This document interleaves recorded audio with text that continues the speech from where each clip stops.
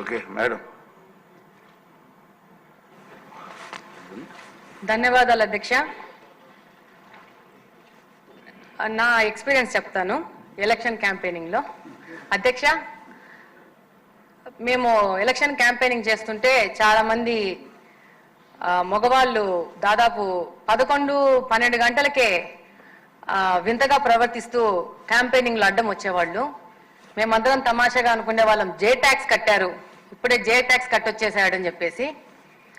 ఈ క్రమంలో క్యాంపెయినింగ్లో వెళ్తుంటే ఒక మహిళను కలవడం జరిగింది. అమ్మా, తెలుగుదేశం పార్టీకి ఓటేయండి అని చెప్పేసి మేము వాళ్ళకి విజ్ఞప్తి చేసుకుంటే, తెలుగుదేశం పార్టీకి కాకపోతే దేనికి వేస్తానమ్మా అని చెప్పింది. ఏమమ్మా అంత ఖచ్చితంగా చెప్తున్నావంటే, వాలంటీర్లు వచ్చారు, వైసీపీకి ఓటేయమన్నారు, లేదు అని అంటే ఎందుకే ఇవ్వు, నీకు 1,05,000 డబ్బులు ఇచ్చాం కదా, నీవెందుకే ఇవ్వు అని అడిగారంట.